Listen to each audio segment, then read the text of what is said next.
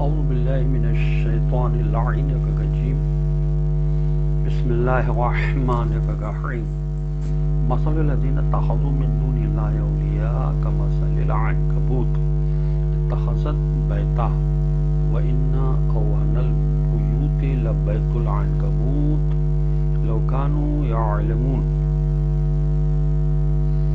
إن الله يعلم ما يدعون من دونه من شيء وهو العزيز الحكيم وتلك الأمثال نضربها للناس وما يعقلها إلا العالمون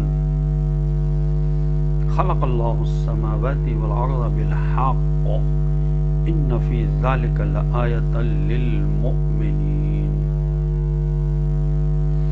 اتل ما أوحي إليك من الكتاب وأقم الصلاة إن الصلاة تنهى عن الفحشاء والمنكر ولذكر الله أكبر والله يعلم ما تصنعون اللهم صل على محمد وآل محمد وعجل فرجهم السلام علیکم ورحمۃ اللہ وبرکاتہ۔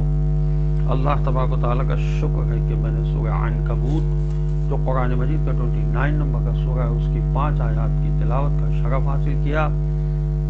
آیات کے نشانات ہیں 41 تا 45۔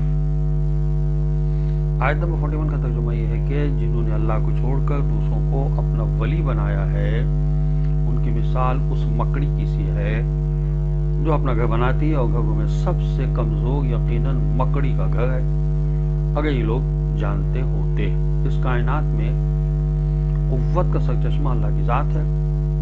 اگر کسی کے پاس کوئی طاقت موجود ہے تو اس سرچشمے سے متصل اور اسی طاقت کے ذیل میں واقع ہونے کی وجہ سے ہے۔ اگر کوئی اس سلسلے میں باہر چلا جاتا ہے اور غیر اللہ سے لو لگاتا ہے تو اس غیر اللہ کی بے ثباتی اور ناتوانی مکڑی کے جالے کی طرح ہے جو معمولی چوٹ کا بھی مقابلہ نہیں کر سکتا۔ لہذا جو لوگ غیر اللہ سے اپنی امیدیں وابستہ کرتے ہیں اور اس حیات کے لیے غیر اللہ سے سہارا لینا چاہتے ہیں وہ ایسے ہیں جیسے مکڑی کے جالے کو اپنے لیے سہارا سمجھیں۔ بھلا مکڑی کا جال انہی کو کس مصیبت سے بچائے گا اور زندگی میں کس کام کے لیے ان کا سہارا بنے گا؟ جو غیر اللہ کو اپنا سہارا سمجھتے ہیں وہ بے سہارا ہیں۔ آیت نمبر 42 کا ترجمہ یہ ہے کہ یہ لوگ اللہ کے علاوہ جس چیز کو بھی پکارتے ہیں اللہ کو یقیناً اس کا علم ہے اور وہی بڑا غالب آنے والا حکمت والا ہے۔ یہ مشرکین اللہ کو چھوڑ کر جن غیر اللہ کو پکارتے ہیں ان کے بارے میں اللہ کو علم ہے کہ وہ لا شے کو پکارتے ہیں، وہ ضرورت کے موقع پر مکڑی کے جالے کی طرح ان کے کسی کام نہ آئے گا۔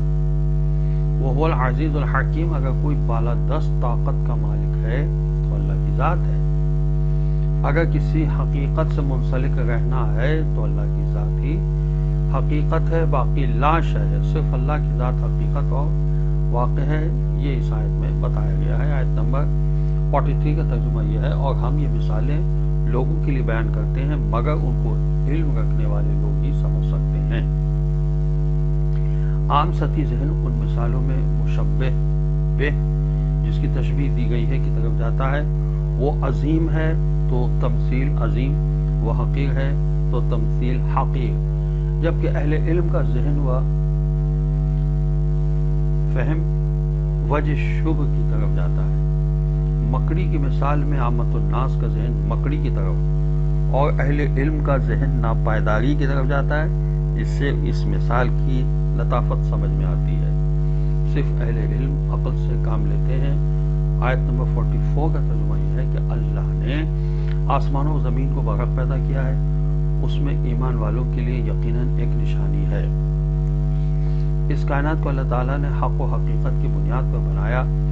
اس کی خلقت بے مقصد اور بے حکمت نہیں ہے۔ کائنات کی تخلیق میں مثمر حکمت سمجھنے کے لیے حقیقت بین قلب کی ضرورت ہے، اور حقیقت بین قلب وہ ہوتا ہے جس میں ایمان ہے۔ ایمان کی شفافیت سے حقائق نظر آتے ہیں۔ آیت نمبر 45 کا ترجمہ یہ ہے کہ اے نبی، آپ کی طرف کتاب کی جو وحی کی گئی ہے اس کی تلاوت کریں اور نماز قائم کریں۔ یقیناً نماز بے حیائی اور برائی سے روکتی ہے اور اللہ کا ذکر سب سے بڑی چیز ہے، اور تم جو کرتے ہو اللہ اسے خوب جانتا بھی ہے۔ اس آیت مبارکہ میں رسالت مآب صلی اللہ علیہ وسلم کے لیے دو حکم آئے ہیں، ایک تلاوت کتاب، دوسرا اقامہ نماز۔ تلاوت کتاب میں دعوت، تعلیم و تربیت ہے، اسی لیے پہلے تلاوت کتاب کا حکم ہے کہ احکام کی ذمہ داری ڈالنے سے پہلے لوگوں کو اس ذمہ داری کو اٹھانے کے لیے ضروری تعلیم و تربیت دیں۔ رسول اللہ صلی اللہ علیہ وسلم نے اسی لیے احکام کے نفاذ سے پہلے ایک مدت تک آیات قرآنی کی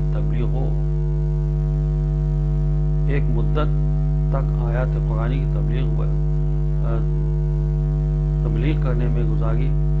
واقم الصلاۃ ان الصلاۃ تنہی عن الفحشاء والمنکر، دن میں 5 مرتبہ اللہ کی بارگاہ میں جانے والا شخص اپنے آپ کو ہمیشہ اللہ کی بارگاہ میں حاضر پاتا ہے اور اللہ کی بارگاہ میں بیٹھ کر بے حیائی اور برائی کا ارتکاب نہیں کرتا۔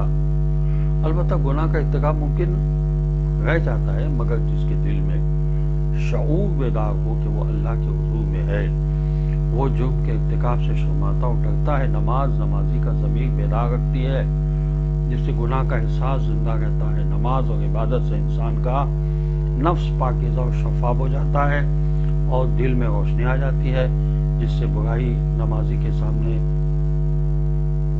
برائی کی شکل میں اور بے حیائی کی شکل میں آتی ہے، ورنہ شیطان بے حیائی کو خوشنما بنا کر پیش کرتا ہے۔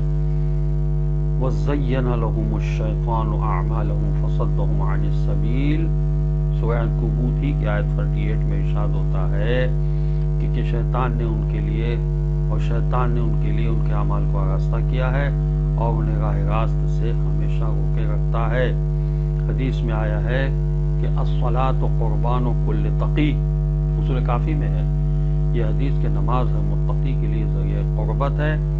قرب الہی کے حصول سے ان چیزوں سے پرہیز کرنے کا شعور زیادہ ہو جاتا ہے جو اللہ سے دور کر دیتی ہیں۔ تنہا میں انہی روکنے کے معنوں میں ہے۔ روکنے کی 2 صورتیں ہیں۔ پہلی صورت یہ ہے کہ نمازی کو برائی سے روکتی ہے، اس صورت کا ذکر ہو گیا ہے۔ دوسری صورت خود نماز برائی کو روکتی ہے، برائی کو دور کر دیتی ہے، یعنی نمازی کے ذمہ برائی رہنے نہیں دیتی بلکہ دور کر دیتی ہے۔ اس پر سورۃ ہود کی آیت نمبر 114 شاہد ہے کہ اقامہ نماز کے حکم کے بعد فرمایا نیکیاں برائیوں کو دور کر دیتی ہیں۔ واقم الصلاۃ طرفی النہار وزلفا من اللیل ان الحسنات یذہبن السیئات۔ سورہ روح قرآن مجید کا 11 نمبر کا سورہ ہے، اس کی آیت نمبر 114 میں ارشاد ہوا اور نماز قائم کرو دن کے دونوں سروں اور رات کے کچھ حصوں میں، نیکیاں بے شک برائیوں کو دور کر دیتی ہیں۔ حدیث رسول صلی اللہ علیہ وسلم سے بھی یہی بات سامنے آتی ہے کہ نماز ایک سے دوسری نماز کے درمیان واقع ہونے والے گناہوں کا کفارہ ہے۔ حضرت امام جعفر صادق علیہ السلام کی روایت ہے کہ رات کی نماز دن کے گناہوں کا کفارہ ہے۔ یہ بحار الانوار کی جلد 84 صفحہ 136 پر ہے حدیث۔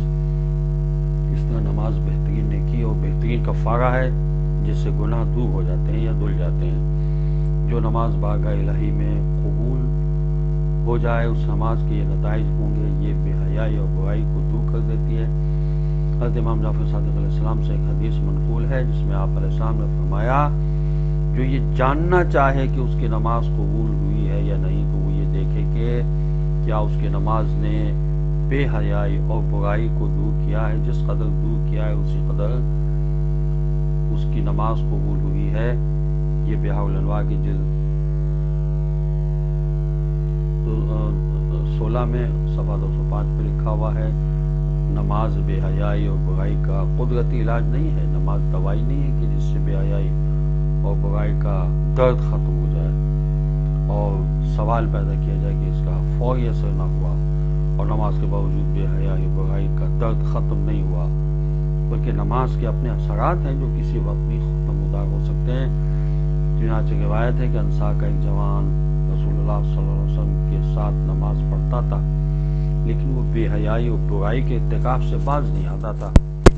تو رسول اللہ صلی اللہ علیہ وسلم سے اس کا ذکر ہوا تو آپ نے فرمایا اس کی نماز عنقریب اسے روک دے گی۔ چنانچہ دیر نہیں گزری تھی کہ اس نے توبہ کر لی تھی۔ یہ روح المعانی میں لکھا ہے اور المیزان میں اس جگہ لکھا ہے یہاں نمازی اور بے نمازی میں موازنہ ہونا چاہیے۔ بے نمازی کو ہم دیکھتے ہیں کہ وہ نماز ترک کرنے کے ساتھ روزہ، حج، زکوٰۃ، خمس اور دیگر دینی واجبات بھی ترک کر دیتا ہے، پاک و نجس اور حلال و حرام میں فرق نہیں کرتا اور نہایت لاپرواہ ہو جاتا ہے۔ پھر اگر آپ موازنہ کریں اس تارک الصلاۃ و معمولی درجے کے نمازی میں تو تارک الصلاۃ کی بنسبت اس نمازی کو بہت سی برائیوں سے پاک پائیں گے، پھر جو زیادہ نماز کا پابند ہے اسے زیادہ پاکیزہ پائیں گے۔ وَلَ ذِکْرُ اللہِ اکبر، ذکر خدا تو بہت بڑا ہے۔ ذکر خدا کے علاوہ تمام چیزوں سے بڑا ہے۔ نماز ذکر خدا ہے، لہذا نماز سب سے بڑی ہے۔ ذکر خدا اللہ کی بندگی ہے، اللہ کی بندگی غرض سے تخلیق ہے، اس سے بڑی کوئی اور چیز نہیں ہو سکتی۔ نماز اور ذکر خدا میں اللہ کی خوشنودی ہے۔ وَرِضْوَانٌ مِّنَ اللہِ اکبر ذَلِکَ هُوَ الْفَوْزُ الْعَظِیمُ۔ سورہ توبہ قرآن مجید کا 9 نمبر کا سورہ ہے، اس کی آیت نمبر 72 میں ارشاد ہوا اللہ کی طرف سے خوشنودی تو ان سب سے بڑھ کر ہے، یہی تو بڑی کامیابی ہے۔ وَاللَّهُ يَعْلَمُ مَا تَصْنَعُونَ، اللہ کو خوب علم ہے ہماری حرکتوں و اعمال، اور ان اعمال کے اصل محرک، اس کی نوعیت، ان کے وزن، ان میں موجود خلوص اور دیگر تمام خصوصیات کا علم خدا کے پاس ہے۔ نتیجہ یہ نکلا کہ نماز پاکیزگی کا بہترین ذریعہ ہے اور ذکر خدا سے بڑی چیز کوئی نہیں ہے۔ اللہ ہم کو خلوص کے ساتھ عبادات کرنے کی توفیق عطا فرمائے۔ السلام علیکم ورحمۃ اللہ وبرکاتہ۔